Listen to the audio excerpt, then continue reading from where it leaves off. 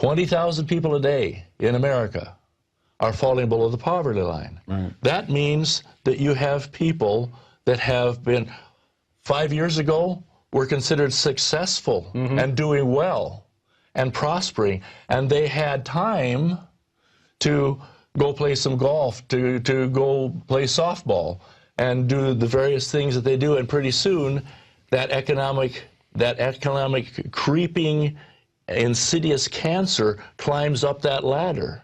And as each person is caught up with, in other words, as the economy failing catches up, we've got 20,000 people a day that are going from wherever they were on their ladder of progression, falling all the way down and grabbing hold of that bottom rung and hanging on, and they're at the point where the only thing that they can think of, the only thing that they can do, they aren't going to think about, how is my freedom being challenged? Had I better go down and do something about that, that congressman that voted the wrong way? No, they don't give a rat's butt about any of that stuff, because they're hanging on the bottom line rung of that ladder. And so what you've got is exactly going on in a more sophisticated, mundane way that doesn't seem so atrocious as the story about the children that you just told.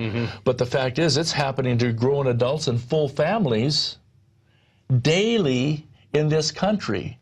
Because no matter how far we're up on the ladder, when that juggernaut that's rolling toward us and rolling over us catches up with you, you're down to that bottom rung.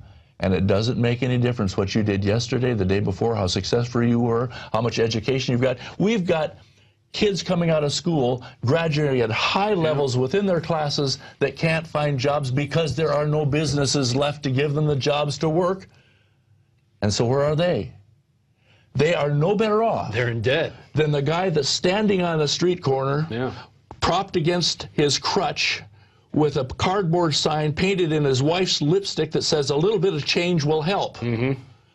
How much difference is there between that man and the baby in the crib and the mother that's feeding her children and those of us that are falling below that line? So here's the deal.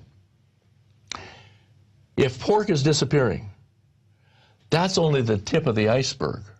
When we get done dealing with what's going on in this 7th year of the worldwide famine in this country, where we have a food situation we've never experienced or imagined before, the only chance that people have is to put in a supply of food while they can still afford it, because the food that you're buying right now, the only reason you can still afford it is because it was purchased by the processors from last year's crop that they could still afford to buy the raw materials. Right.